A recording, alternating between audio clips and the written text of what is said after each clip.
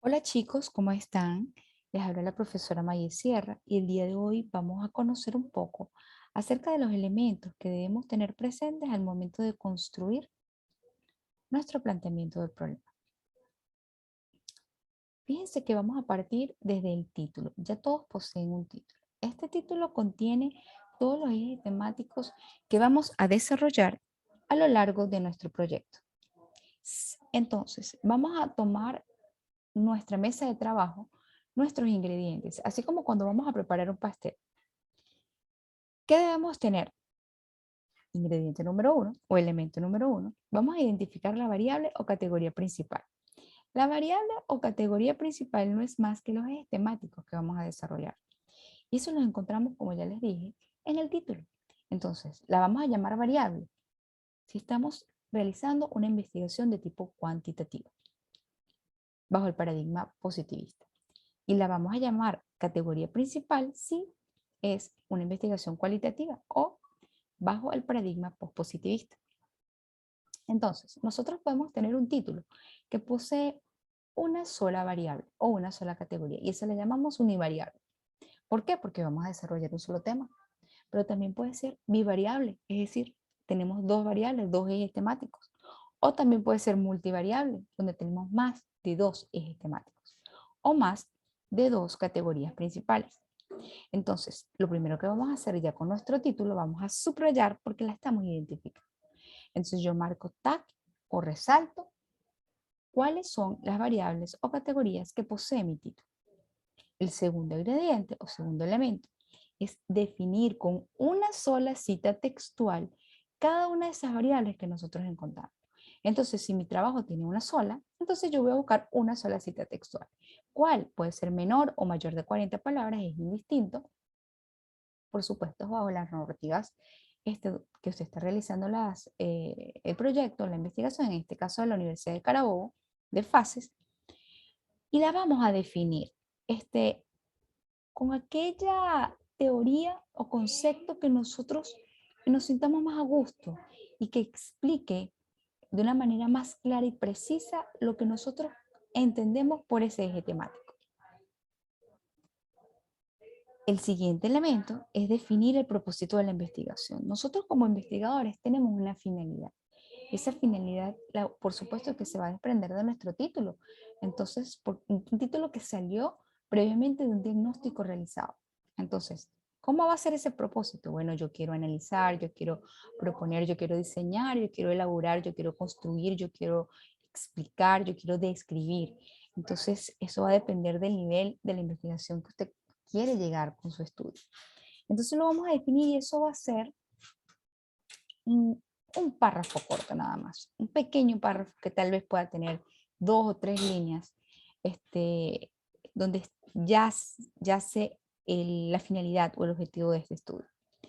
Después viene la descripción del mercado laboral, que no es más que la descripción o en la enumeración de todas aquellas instituciones o organizaciones que están en el mismo sector económico a nivel regional de la empresa objeto de estudio.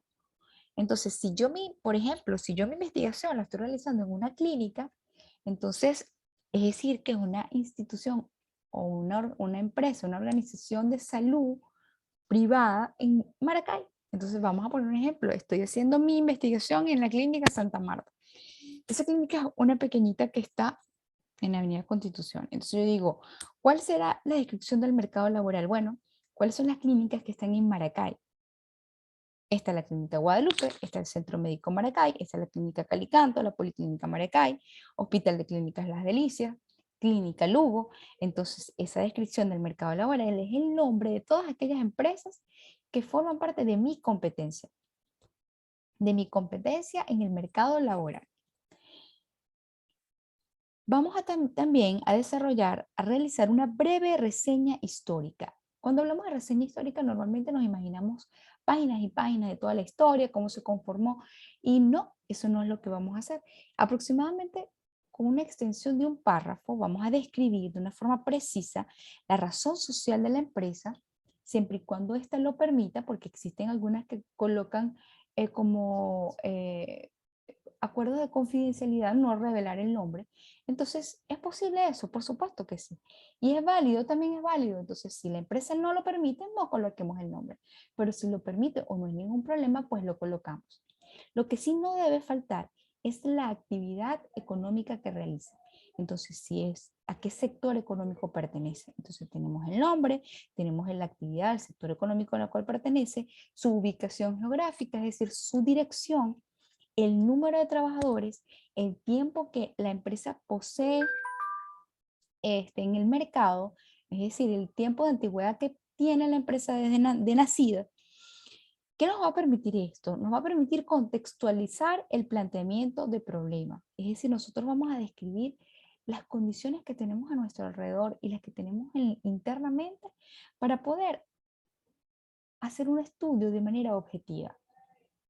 Porque no es igual analizar unas estrategias financieras o administrativas o contables de la Clínica Santa Marta, que es pequeñita, que tiene aproximadamente 15 trabajadores, que tiene 4 años en el mercado, y vamos a compararla con las mismas estrategias financieras económicas que pueda tener el Centro Médico Maracay, que tiene aproximadamente 50 años en el mercado, que tiene una cantidad de trabajadores que se acercan a los 600, 700 personas, que tiene una infraestructura económica, física y tecnológica muy fortalecida.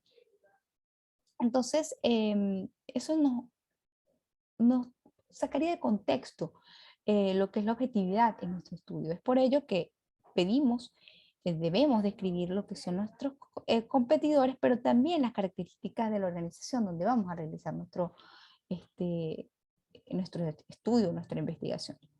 Entonces, posterior a ello, una vez que ya tenemos ese párrafo con esos datos, vamos a describir la realidad observada, es decir, los síntomas o evidencias que nosotros estamos observando o que estamos percibiendo a través de nuestros sentidos. Es decir, ese es el primer paso de cualquier investigación, independientemente del paradigma, es la observación. Entonces, a través de ella vamos a percibir lo que está ocurriendo en la organización. Fíjense que eso que está ocurriendo va a ser nuestro objeto o nuestro fenómeno abordado a lo largo del proyecto. Pero tenemos dos opciones. Uno, seleccionamos por supuesto el proceso que vamos a estudiar en la empresa, lo describimos y podemos seleccionar el problema que encontremos. Y ese problema es el que le vamos a buscar solución, el que vamos a estudiar. Pero nosotros también tenemos que tomar en cuenta que no todos somos investigadores del caos. Es decir, que no necesariamente nuestro trabajo de grado tiene que estar enfocado hacia un problema. Lo podemos hacer, claro, claro que sí, pero también podemos abordar algo positivo, algo que no es negativo, pero que sencillamente desconocemos. Por eso es el arte de investigar. Nosotros investigamos algo que desconocemos. Entonces, ese algo que desconocemos, tal vez, es algo positivo. Por ejemplo, todos estamos al tanto de la situación, el proceso coyuntural que vive Venezuela a nivel económico, social y político en la actualidad.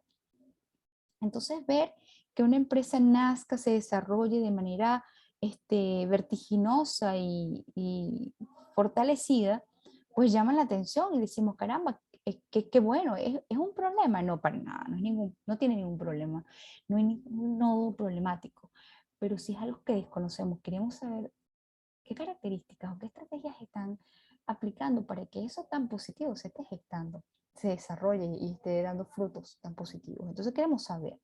Entonces tenemos opción A, o buscamos un problema que le vamos a dar solución, o buscamos sencillamente algo que desconocemos pero que es positivo.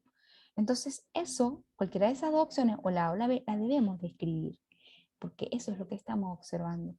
La describimos de manera detallada. Es decir, si yo digo que existe debilidad en el proceso por ejemplo, de la fase de planificación, yo tengo que decir que existen debilidades en la fase de la planificación en el área administrativa y contable porque no se realiza tal cosa, tal cosa, tal cosa, tal cosa. Es importante evitar la palabra no. Tenemos que decir debilidad, falencia, mm, algún aspecto que fortalecer. ¿Por qué no podemos decir que no? Porque la investigación no se ha llevado a cabo, por lo tanto no podemos decir no tajantemente. Es una respuesta muy formal y todavía no se ha llevado a cabo la investigación. Entonces tenemos que ser delicados al momento de esta palabra, al momento de redactar. Entonces, pero tenemos que ser muy detallistas también, de escribir claramente porque estamos diciendo que existe una debilidad o carencias al momento de planificar en esa fase, como por ejemplo. Entonces, pero también esta debe ir debidamente sustentada. ¿Y qué significa estar sustentada? Que nosotros tenemos que justificar de dónde nosotros extraímos esa información, porque eso es lo que le va a otorgar cientificidad, objetividad a nuestro discurso. Entonces, si yo digo que existen debilidades en la planificación, eso lo extraje a través de una entrevista informal con el gerente del área, a través de los indicadores de gestión, a través de un informe de gestión que se realiza mensualmente y quedó reflejado allí. Entonces, tenemos que ubicar de qué fuente nosotros extrajimos esa información y plasmarla al momento de colocarla. Esto es totalmente válido hasta el momento para ambos paradigmas. Ahora, vamos a detallar lo que son las posibles causas y posibles consecuencias. ¿Por qué decimos posibles? Porque todavía no hemos efectuado la investigación, por lo tanto no sabemos con certeza que esas son las causas y las consecuencias. Por eso decimos la palabra posible. Importantísimo colocar esto. Esas posibles causas y consecuencias obviamente no pueden ir sustentadas porque son posibles, son nuestras especulaciones, como conocedores del tema, nuestras proyecciones. Entonces, nuestras hipótesis. Entonces, eso es lo que vamos a revelar acá y redactar. Siempre y cuando nuestra investigación sea cuantitativa, porque ella es la que tiene como finalidad el estudio de la causa y el efecto para poder generalizar los resultados. De lo contrario, si es una investigación cualitativa, no debemos colocar las posibles causas y consecuencias porque su propósito es interpretar, comprender, y cuando nosotros interpretamos y comprendemos, no buscamos las causas ni los efectos, sencillamente ejercemos ese verbo.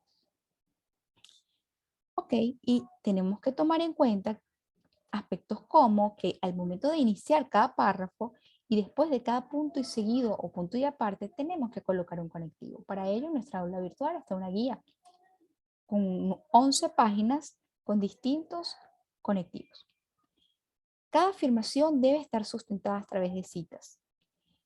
Es así, si nosotros vamos a decir que en Latinoamérica en el 2021 se ha realizado un proceso de incremento del PIB en cada uno de los países que conforman Latinoamérica o Suramérica, nosotros tenemos que tener eso sustentado. Bueno, según la CEPAL, según la ONU, según la OIT. ¿Por qué? Porque tenemos que buscar fuentes fidedignas, con credibilidad. Si nosotros decimos que existe un incremento o alguna deficiencia, tenemos que sustentarlo. Recuerden que eso es un documento científico y todo ello debe ir debidamente soportado con registros científicos. Entonces, ¿cómo realizamos y incorporamos eso? Bueno, con citas textuales. Las interrogantes deben formularse de forma abierta. Esas no deben ser dicotómicas, tener una respuesta dicotómica, es decir, que al momento de redactarla, la respuesta sea sí o no. Si es así, está incorrecta, debemos cambiar su redacción. Pueden ser múltiples o pueden ser únicas. Si nosotros decidimos hacer una sola interrogante, esta debe contener todas las variables o categorías que posee nuestro estudio. Por lo tanto, nos vamos a guiar del título. Entonces colocamos a ese título un cómo, un por qué, un para qué, porque eso es lo que le va a permitir dar una respuesta que genere investigación. Si es múltiple, tenemos que ver que cada una de esas interrogantes, que también deben ser planteadas de manera abierta, debe contener cada una de las variables. Entonces, si mi trabajo tiene 3 variables, mínimo yo debo tener 3 interrogantes. Si decido hacerla de la manera múltiple, de múltiples interrogantes, ¿ok? Bueno chicos, hasta hoy la clase donde aprendimos los elementos que necesitamos para un planteamiento. Ustedes van a reunir todos esos ingredientes de nuestro pastel. ¿Por qué? Porque el día de mañana vamos a aprender cómo vamos a hacer el modo de preparación, es decir, cómo vamos a construir nuestro planteamiento. Es decir, dónde vamos a ubicar cada uno de estos datos que ya ustedes van a tener. Feliz día.